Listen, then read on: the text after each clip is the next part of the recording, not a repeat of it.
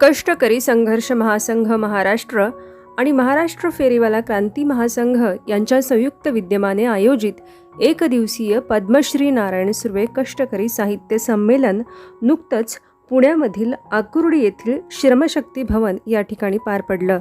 यावेळी संमेलनाध्यक्षपद भूषवलं ते म्हणजे प्राध्यापक डॉक्टर श्रीपाल सबनीस यांनी। आकुर्डी चौक ते संमेलन स्थळापर्यंत कष्टकऱ्यांच्या अभिवादन दिंडीने संमेलनाची सुरुवात झाली। अभिवादन दिंडीमध्ये कष्टकरी कुदळ, फावडे, टोपली, सायकल, झाडू, हेल्मेट या सुरक्षा साधनांसह सहभागी झाले होते। या प्रसंगी कष्टकरी कामगारांनी घोषणा देत आपल्या मागण्या मांडल्या।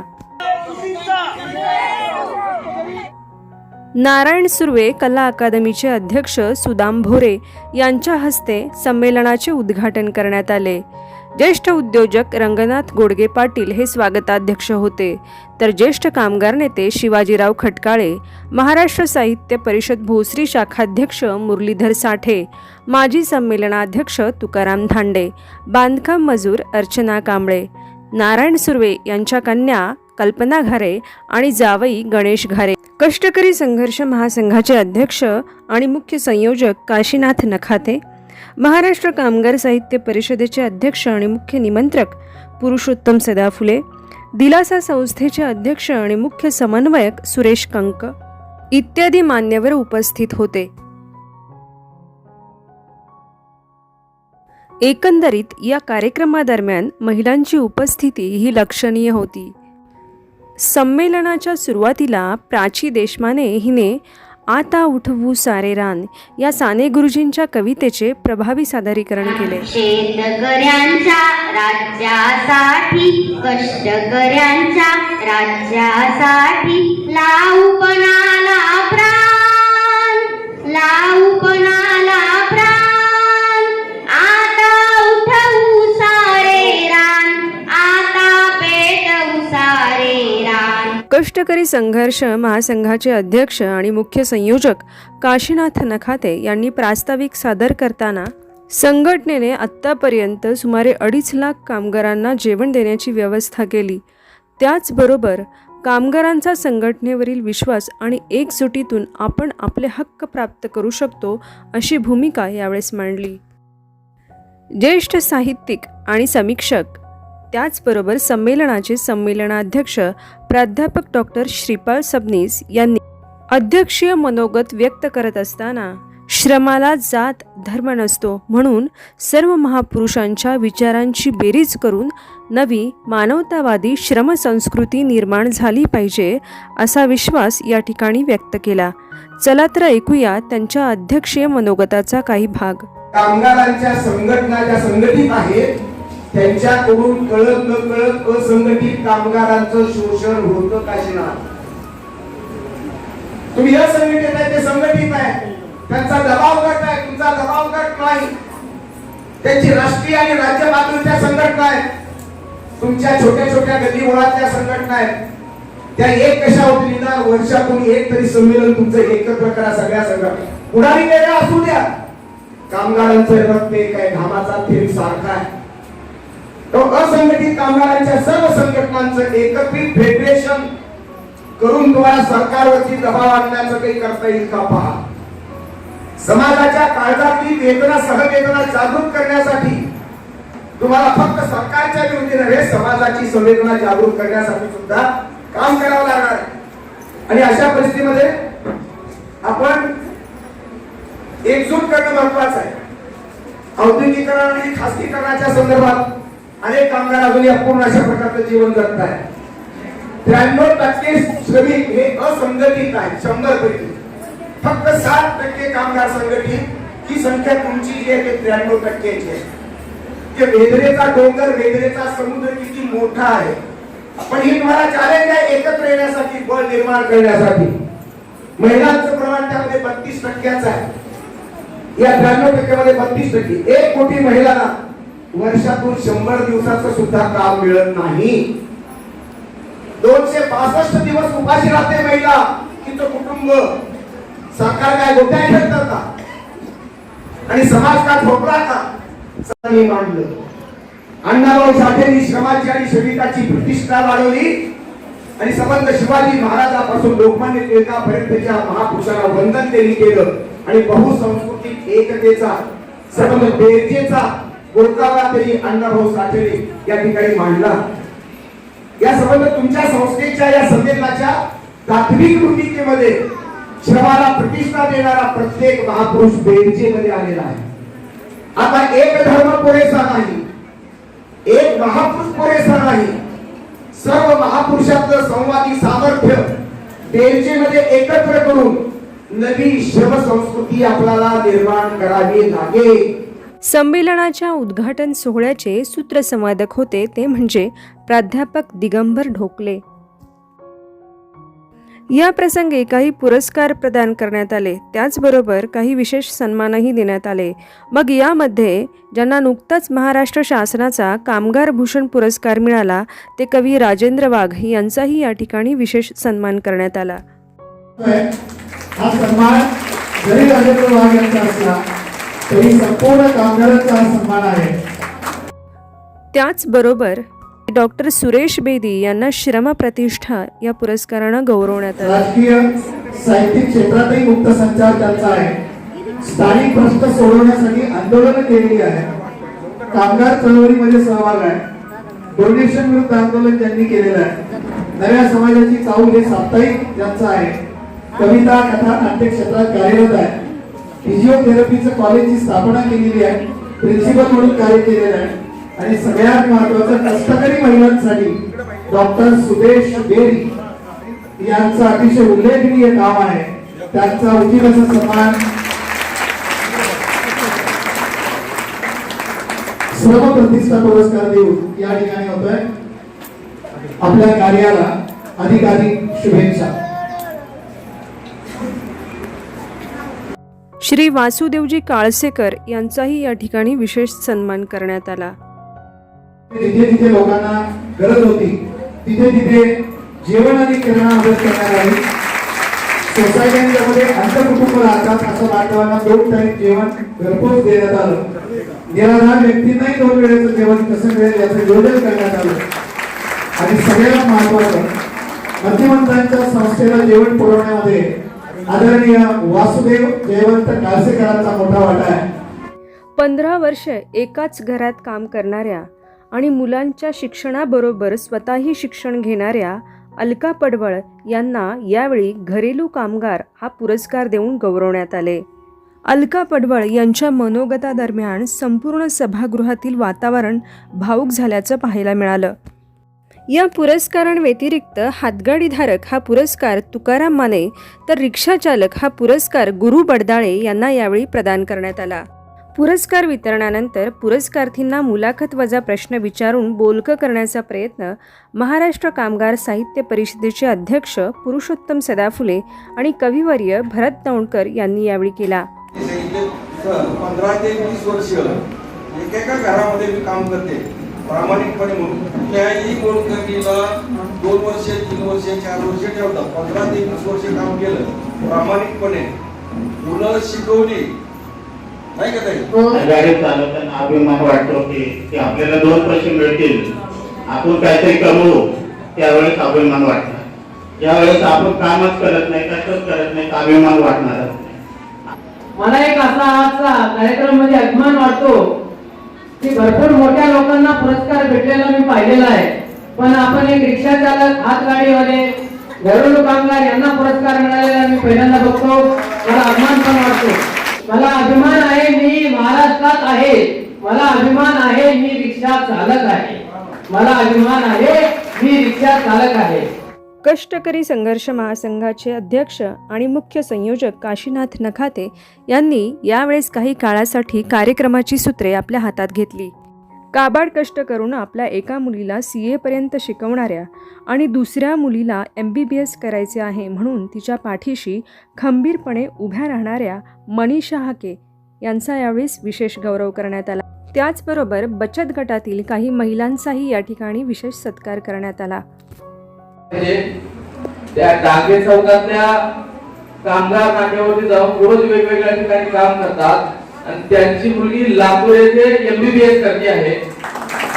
आणि त्याच्या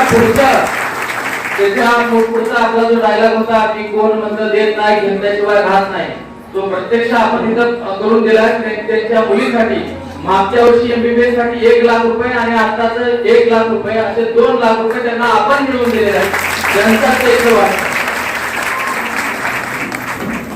राजमाता जिजाऊ बचत गट या आणि यानंतर संघर्ष बचत गट, 2 प्रतिनिधी लगेच या, 2 किंवा 3च. संघर्ष बचत गटाच्या माध्यमातून महिलांचं सक्षमीकरण व्हावं, त्यांना बचतीची आवड निर्माण व्हावी म्हणून संघर्ष बचत गटाच्या लवकरात लवकर येत आहे. त्यानंतरचा बचत गट आहे रमाई बचत गट, राजमाता जिजाऊ बचत गट. संघर्ष बचत गटासाठी 1,50,000 रुपयाचा धनादेश या ठिकाणी देण्यात येत आहे.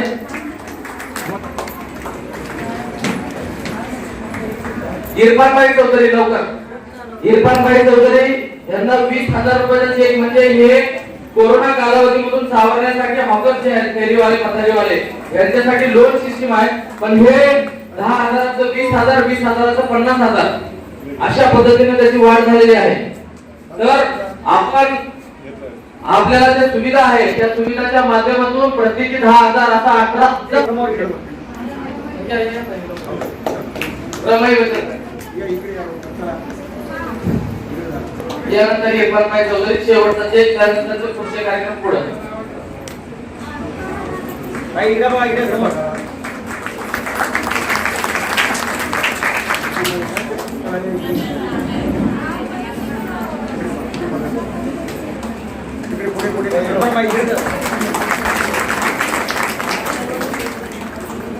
अनिता गाडगे, लता कोरे लवकर या. रीना बाळू गायकवाड आणि आरतीदाई कांबळे.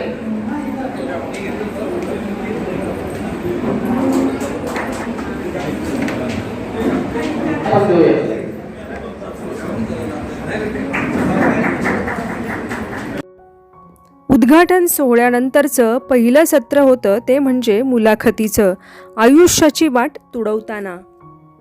व्यंगकवी, पटकथा लेखक, चित्रपट निर्माते, दिग्दर्शक माननीय रामदास फुटाणे यांची यावेळेस कविवर्य भरत दौंडकर यांनी मुलाखत घेतली.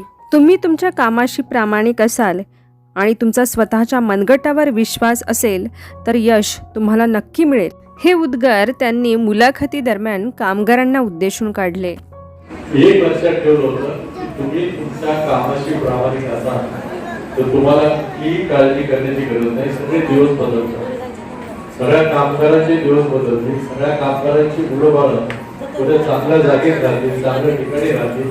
तर ते स्वप्न तुम्ही किती प्रामाणिकपणे पाहता त्याच्यावरती अवलंबून.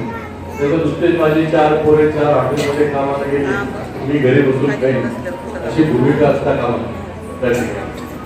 कारण आता इथून पुढे कामगारांच्या नोकऱ्या, कामगारांचे बोनस या बाबतीत असे दिवस आलेले की कधी कुठला मालक रात्री तुमच्या हातात पाकिट उद्यापासून येऊ नको, हे 2 महिन्याचं 3 महिन्याचं घे झालं. आपलं एक राज्य आलं की कल्याण होईल असं डोक्यात काहीतरी घेऊ नका. जे कल्याण होणार आहे आपल्या मनगटावर होणार आहे. आपलं मनगट मजबूत असेल तरच कल्याण होईल. कुठल्या सरकारमुळं, कुठल्या टोपीमुळं काही होणार. उद्या आपली मुलं ही सगळ्यात मोठी संपत्ती. आपला धर्म नाही, आपली जात नाही, आपली मुलं किती कर्तव्यकार निघतील त्याच्यावर आपला भविष्यकाळ अवलंबून आहे. आणि म्हणून आपली पुढची पिढी चांगली घडवा, आपले विचार चांगले ठेवा, एवढंच म्हणायचं बाकी काही पडेल. तुम्हाला जग शोधायला, त्या जगातला आनंद शोधायला एक आयुष्य कमी पडेल, 10 जन्म घ्यावे लागतील. इतकं जग मोठं आहे. तेव्हा आपला प्रत्येक दिवस आनंदात जाईल कसा, प्रत्येक वेळेस आपल्याला नवीन कसं काही सापडेल हे बघत पाहिजे. नवीन क्षेत्रात काम करण्याची संधी मिळाली पाहिजे, ती चालत येते. या साहित्य संमेलनाचं दुसरं सत्र होतं ते म्हणजे कवी संमेलनाचं. कष्टकऱ्यांच्या साक्षीने घामाचा गाव हे कवी संमेलन या ठिकाणी भरवण्यात आलं. या कवी संमेलनाचे अध्यक्ष होते ते म्हणजे कविवर्य उद्धव कानडे. तर प्रमुख अतिथी म्हणून दैनिक पुढारीचे वृत्तसंपादक माननीय किरण जोशी आणि दैनिक सकाळचे उपसंपादक कवी पितांबर लोहार हे होते. आयुष्याला सामोरे जाताना 1100 डायलिसिस होऊनही जीवनात सौंदर्य पाहणारा कवी अर्थात माधव पवार यांचा यावेळी विशेष सन्मान करण्यात आला. चला तर ऐकूया कवी माधव पवार यांच्या कवितेच्या काही ओळी.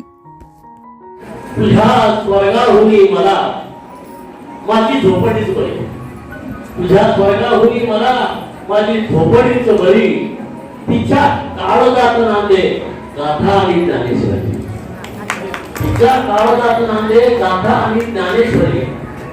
तुझे ऐश्वर्याचे जिणे, तुझे ऐश्वर्याचे जिणे त्यात रंभेचे नर्तन, तुझे ऐश्वर्याचे जिणे त्यात रंभेचे नर्तन. माझ्या झोपडीत झाले तुका रामाचे कीर्तन, माझ्या झोपडीत झाले तुका रामाचे कीर्तन. किती दूर वर आहे तुझा तो स्वर्ग आकाशी, किती दूर वर आहे तुझा तो स्वर्ग आकाशी. माझा स्वर्ग मागता आहे माझ्या आईच्या पायाशी, माझा स्वर्ग मागता आहे माझ्या आईच्या पायाशी. सारे सोडून या कसे येऊ तुझ्या दरबारी, सारे सोडून या कसे येऊ तुझ्या दरबारी. करू दे ना मला आता थोडी संतांची चाकरी, जीव माझा गेल्यावरी एक इच्छा कर पुरी, जीव माझा गेल्यावरी एक इच्छा कर पुरी. संत चरणाखालची मला होऊ दे पायरी, संत चरणाखालची मला होऊ दे पायरी. कवी संमेलनादरम्यान अनेक कवींनी आपल्या कविता सादर केल्या. मग यामध्ये भरत दौंडकर, रवी पाईक, दत्तात्रय जगताप, सुहास घुमरे, सुमित गुणवंत, अरुण कांबळे, पितांबर लोहार, संगीता झिंझुरके, रवी कांबळे, हृदय मानव अशोक आणि मधुश्री ओहाळ. या कवी संमेलनाचे प्रभावी सूत्रसंचालन केले ते म्हणजे कवयित्री संगीता झिंझुरके यांनी.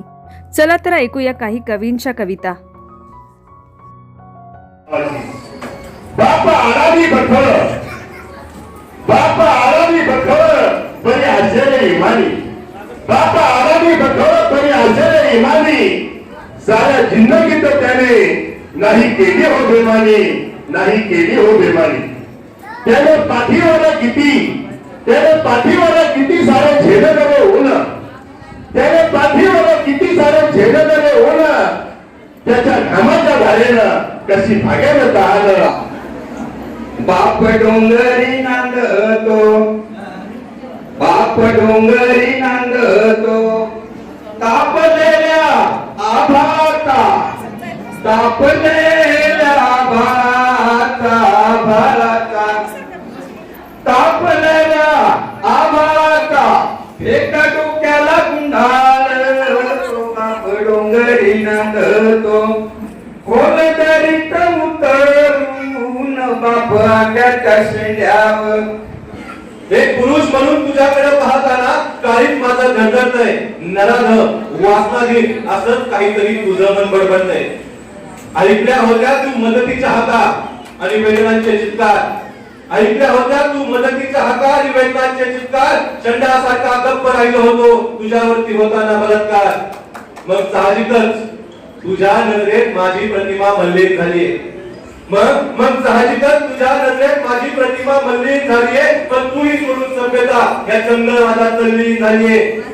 कुठे गेलीये तुझ्यातील चिकन माती सहन करणारी ती सावित्री ज्योतिबाची.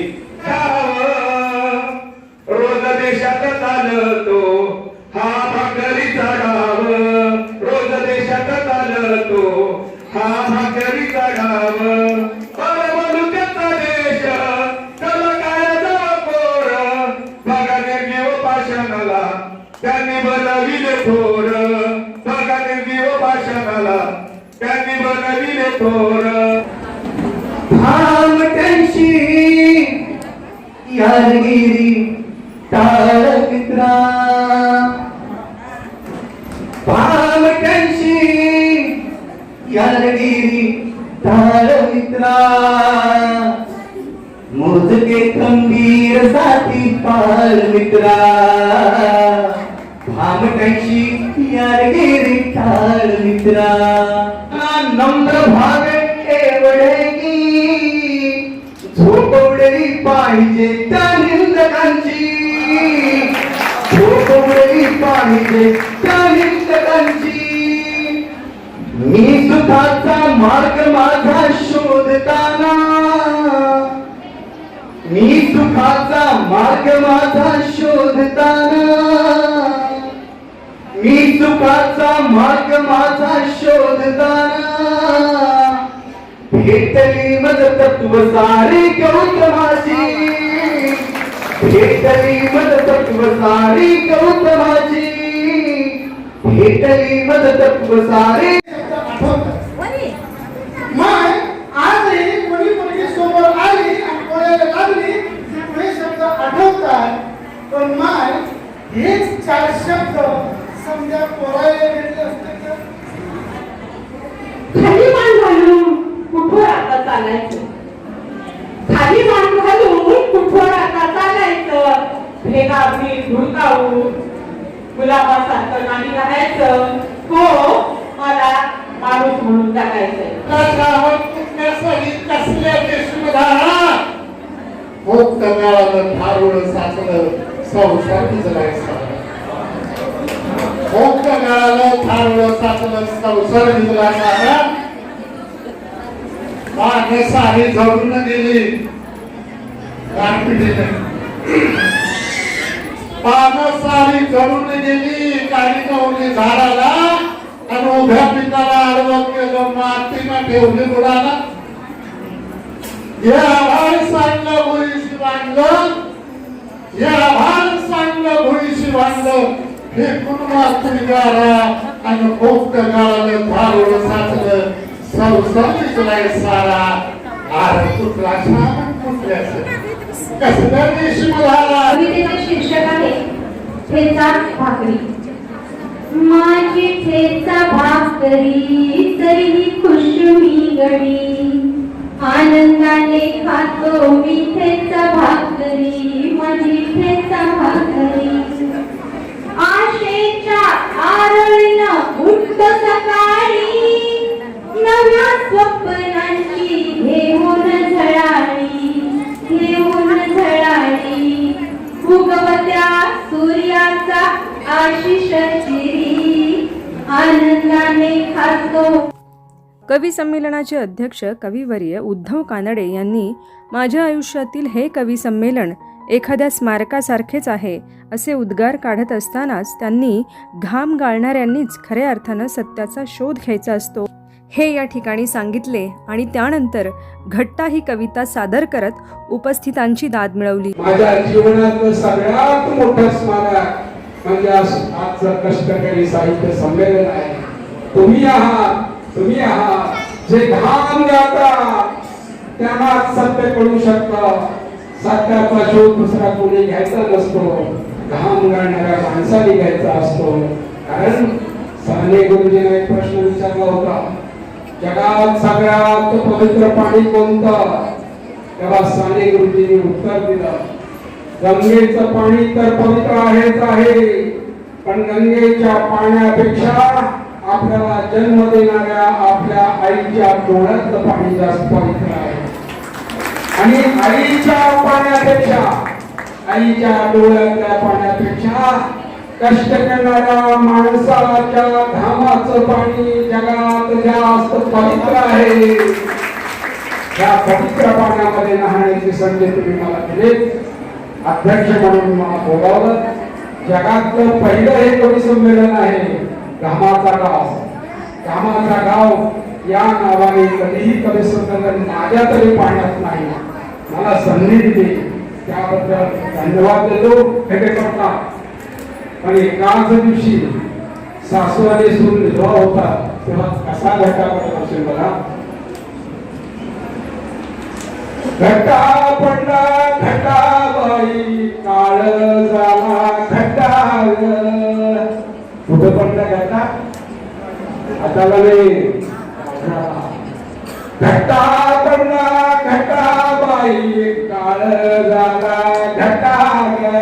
कोण पितोय घाम माझा घट्टा घट्टा घट्टा.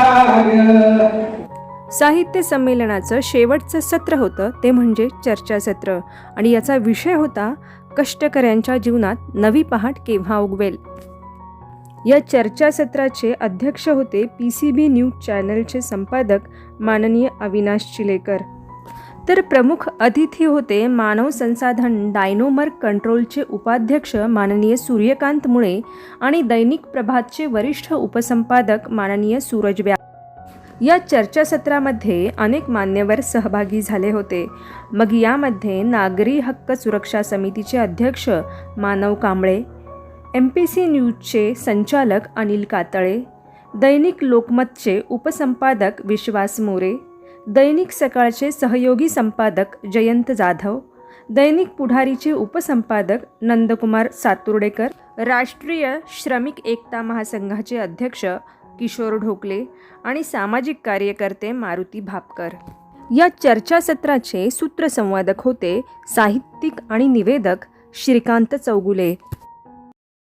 आंदोलन असणारे असे ज्येष्ठ पत्रकार अशा सर्वांचा समावेश असणारं हे चर्चासत्र, त्यामुळं उपस्थित असणाऱ्या शहरातील या सगळ्या मान्यवरांचं आपण आपल्या प्रकारे टाळ्यांच्या रूपाने जोरात स्वागत करूया. सुर्वे हे पिंपरी चिंचवड शहराला परिचित असणारं व्यक्तित्व, अनेक कार्यक्रमांमधनं अनेकांना सहवास त्यांचा लाभलेला आहे. आता राजेंद्र वाघ यांनी सादर केलेली डोंगरी शेतमाग ही त्यांची रचना त्यांच्याच मुखातनं ऐकण्याचं भाग्य अनेक कवींना अनेक रसिकांना लाभलेलं आहे.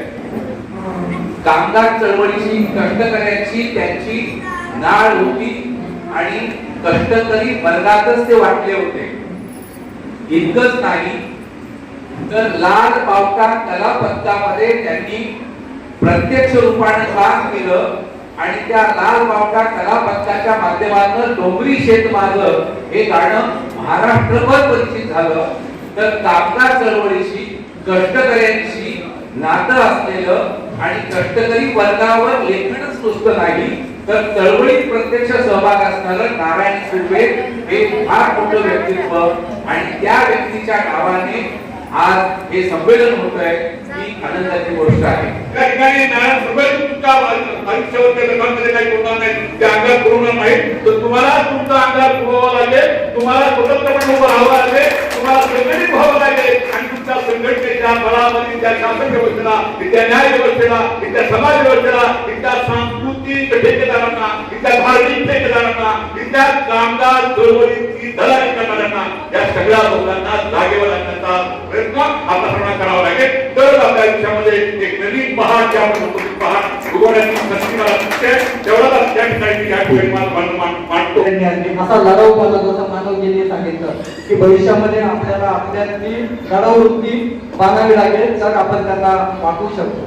कामगार कायद्यामध्ये एवढे प्रस्तावित बदल सुचवले आणि ते होऊ घातले तरी पण कामगार चळवळ अजूनही एक झाल्यासारखे वाटत नाही. त्यांना ते एकत्र यावं लागेल.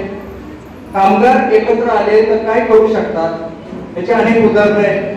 असलेलं कायदे तज्ञांना बोलून ह्या कष्टकऱ्यांचं प्रबोधन केलं पाहिजे, त्यांना ते कायदे सांगितले पाहिजे, त्यांना त्यांचे व्याख्यान ठेवून त्याची माहिती दिली पाहिजे आणि त्यांच्याकडून तसे अर्ज करून घेतले पाहिजे. कारण हा समाज अशिक्षित आहे, कमी शिकलेला आहे, त्यांच्याकडून तुम्हाला करून घ्यावं लागेल.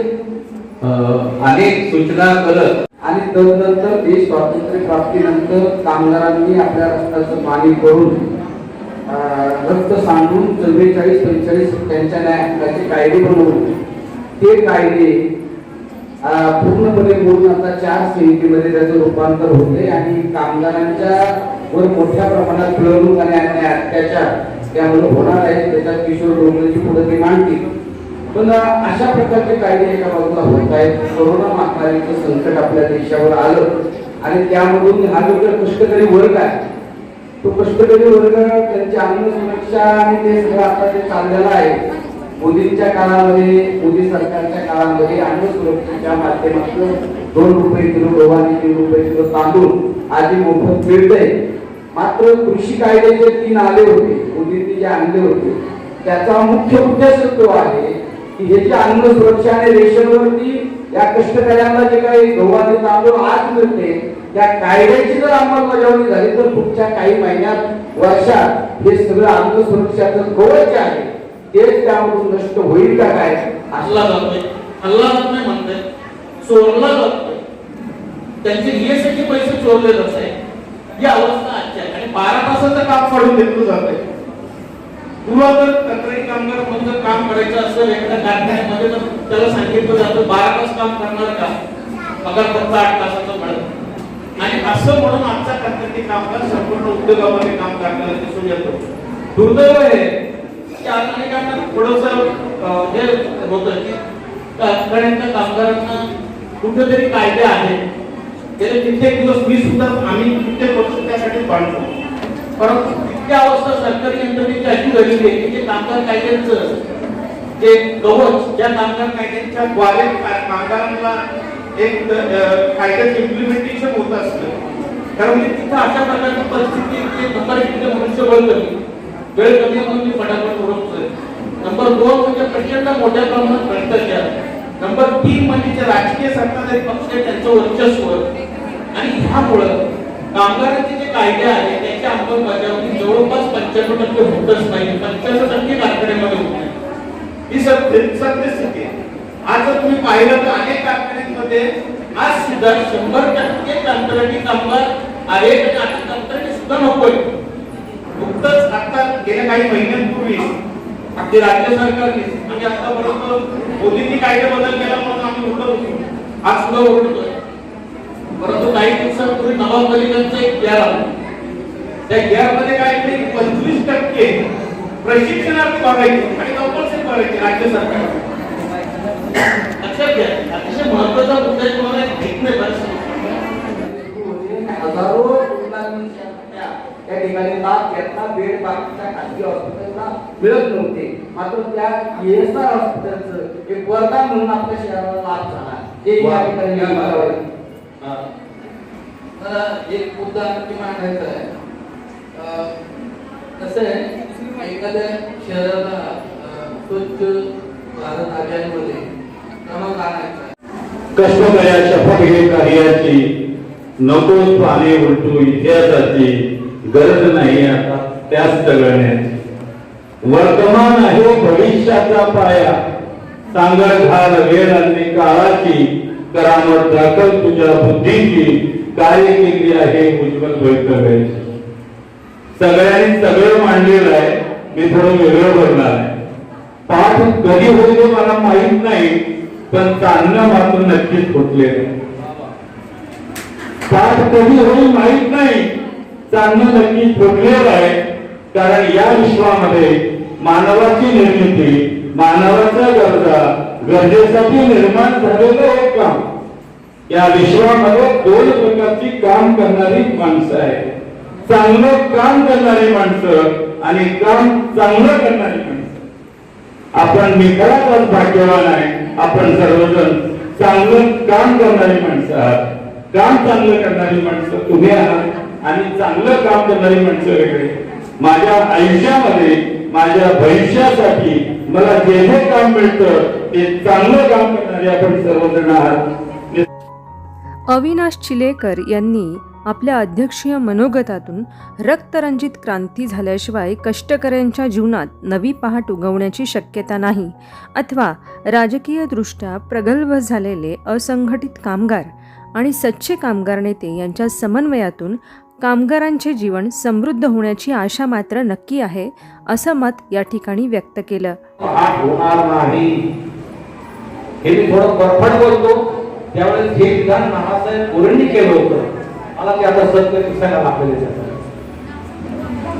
आपल्या भोळे साहेबांनी सांगितलं की मला चालणं पहाट होईल की काय सांगता येत नाही, पण चालणं मला दिसतंय. आता थोडंफार तांबडं फुटलंय. भोळे साहेब, परिस्थिती अशी आहे, जे आहे ते सगळं बरोबरच आहे. आपली परिस्थिती अत्यंत भीषण आहे, प्रचंड भीषण आहे. मी ही यासाठी बोलतो, आम्हाला स्टेजवर जर राज्य करता माहिती असतो आणि खाली वस्तुस्थिती देशाच्या खाली काय राज्य करता येईल त्याचे दोन्ही चेहरे माहिती असतात. त्याच्यामुळं मोदींच्या बाबतीमध्ये मोदी हुकुमशाह आहेत वगैरे वगैरे अनेक कामगार नेते या शहरामध्ये असे घडून गेलेले आहेत की त्यांनी या कामगार नेत्याचा पाया रचल्यात, तुमच्यासाठी त्यांनी खस्ता खाल्लेला आहे. आता ते कामगार नेते आहेत ते स्पष्ट सांगतो ते कंपन्यांचे दलाल म्हणून काम करतात. त्याच्यामुळे मला जरा ते कष्टकऱ्यांच्या जीवनामध्ये नवी पहाट केव्हा उघडेल हा जो विषय आहे त्याच्याविषयी थोडी माझी निराशाजनक परिस्थिती आहे. आता घेतलेलं आहे काय त्या माथाडीचं काय म्हणत असणार, अक्षरशः खेळ होते, अक्षरशः सिनेमासाठी वाटते मिळते. म्हणजे परिस्थिती फार भयंकर आहे. बोलण्यासारखे मुद्दे बरेच आहेत. आमच्या नंदकुमार सातवडे जयंत जाधवांनी सुद्धा संघटित असंघटित कामगारांच्या बाबतीत काही मुद्दे उपस्थित केले. शासनाच्या योजना अनेक आहेत त्या त्यांच्यावर पोहोचत नाही त्याविषयी सुद्धा त्यांनी भाष्य केलं. बरं, ही वस्तुस्थिती आहे. शासनाच्या केंद्राच्या काय राज्याच्या काय अनेक चांगल्या योजना आहेत त्यांच्यापर्यंत त्या पोहोचत नाही, ही वस्तुस्थिती आहे. त्याच्यासाठी आपण जर काम केलं तर नाही म्हटलं तरी थोड्याफार प्रमाणामध्ये आपल्याला त्याचे फायदे त्यांना देता येऊ शकतात. राष्ट्रीय विकासाच्या बाबतीमध्ये आपण बोलतो, DSIच्या बाबतीमध्ये किशोरजींनी सांगितलं केंद्रात असो राज्यात असो महापालिकेत असो यांच्यावरती चांगले चांगले लोक येऊन देत नाही, तुमच्या हिताची जपणूक करणारे लोक येऊन देत नाही तोपर्यंत आपल्याला पहाट होणं फार कठीण आहे. तुमचं नेतृत्व तुम्ही करायला पाहिजे हा याचा फार महत्त्वाचा संदेश आहे. मुळे साहेब सुद्धा अत्यंत पॉझिटिव्ह सकारात्मक त्याची भूमिका मला आवडते की आम्ही जरी नकारात्मक असलो तरी त्यांच्या भूमिकेमुळे आम्हाला सुद्धा थोडा हायचं वाटतं की कुठेतरी काहीतरी खरंच चांगलं दिसायला लागतंय. अशी परिस्थिती आहे. जोपर्यंत तुम्ही उदास आहात तोपर्यंत परिस्थिती कठीण आहे. जोपर्यंत तुम्ही तुमचं रक्त ओसळून घेत नाही, तुम्ही जागे होत नाही, तुम्ही जाब विचारायला शिकत नाही, राज्यकर्त्यांना शासनाला प्रशासनाला जाब विचारायला शिकत नाही तोपर्यंत ही पहाट कठीण आहे. पहाट जर व्हायचं असेल तर मला वाटतं तुम्ही या आजच्या चर्चासत्रातून काहीतरी सकारात्मक घ्या. मी जरी नकारात्मक बोललो तरी सुद्धा तुम्ही सकारात्मक घ्या आणि या पुढच्या काळामध्ये संघटित होऊन जाब विचारायला शिका. म्हणजे आपल्याला पुढच्या आगामी 8-10 वर्षा काळामध्ये आपल्या शहरात, आपल्या राज्यात, आपल्या देशामध्ये काही प्रमाणावरती परिवर्तन झालेलं दिसेल आणि कष्टकऱ्यांचं राज्य खऱ्या अर्थाने येईल. शेती भट्टीचं राज्य या पुढच्या काळामध्ये राहणार नाही अशी अपेक्षा व्यक्त करतो आणि मी इथे सांगतो. धन्यवाद. या चर्चासत्राचे शेवटी आभार मानले ते म्हणजे दिलासा संस्थेचे अध्यक्ष आणि मुख्य समन्वयक सुरेश कंक यांनी. हे साहित्य संमेलन संपताना कष्टकऱ्यांच्या चेहऱ्यावरील आत्मविश्वास बघून कविवर्य नारायण सुर्वे यांच्या कवितेतील ओळी आठवत होत्या. एकटाच आलो नाही, युगाचीही साथ आहे, सावध असा तुफानाची हीच सुरुवात आहे. कामगार आहे मी, तळपती तलवार आहे, सारस्वतांनो थोडासा गुन्हा घडणार आहे, थोडासा गुन्हा घडणार आहे. मित्रांनो, आत्तापुरतं इतकंच. भेटूया पुढच्या व्हिडिओत नवीन विषयासह.